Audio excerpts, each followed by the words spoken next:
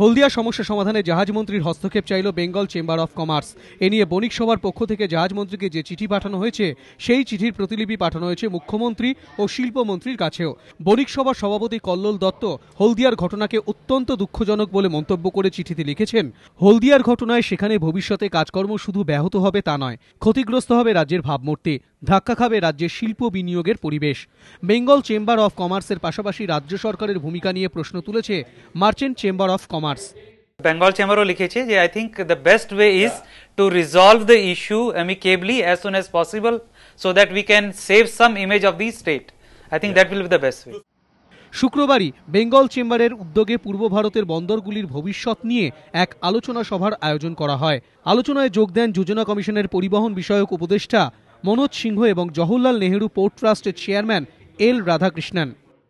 We don't have such a problem in JNPT because right from the inception we are a highly mechanized state-of-the-art port, and it may happen in places where there is high labor and then you are trying to reduce the labor by mechanization. It's never happened in JNPT. এই আলোচনা সভায় বিশেষভাবে জোর দেওয়া হয় বন্দরের সঙ্গে মূল ভূখণ্ডের যোগাযোগ ব্যবস্থার বিষয়েও। বলা হয় বর্তমান শিল্প পরিস্থিতিতে বন্দরের পরিকাঠামো বাড়ানো অত্যন্ত জরুরি। দীপক ঘোষ, এবিপি আনন্দ, কলকাতা।